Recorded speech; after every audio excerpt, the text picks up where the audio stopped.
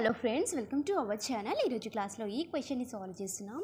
ఇక్కడ ఏంటంటే క్వశ్చన్ని మనం అబ్జర్వ్ చేసినట్టయితే ఈ క్వశ్చన్ చూస్తుంటే మనకు ఒక అంటే అలా కనిపిస్తుంది. ఈ ఈక్వేషన్ వచ్చేసి మనకు ఏ ఫార్మేట్లో కనిపిస్తుంది అంటే ఎలా అంటే ax² plus 2hxy plus by² plus 2gx plus 2fy plus c is equals to 0.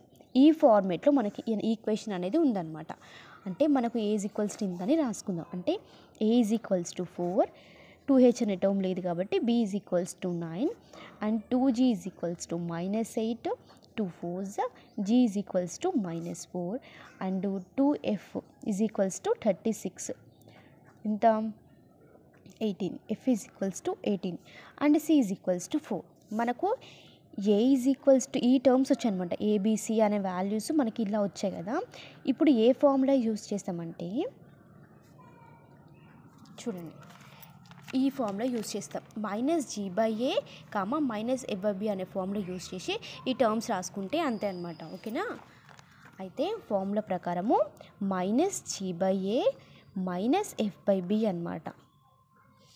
అయితే -g/b మైనస్ g ఎంత మనకు -4 డివైడెడ్ బై a ఎంత 4, f మైనస్ ఎంత 18, b ఎంత 9, మైనస్ ఇది మైనస్ ప్లస్ చెప్తే 4 4s 9 1s 9 2s అంటే నాకు ఎంత మిగులుతుంది 1, -2.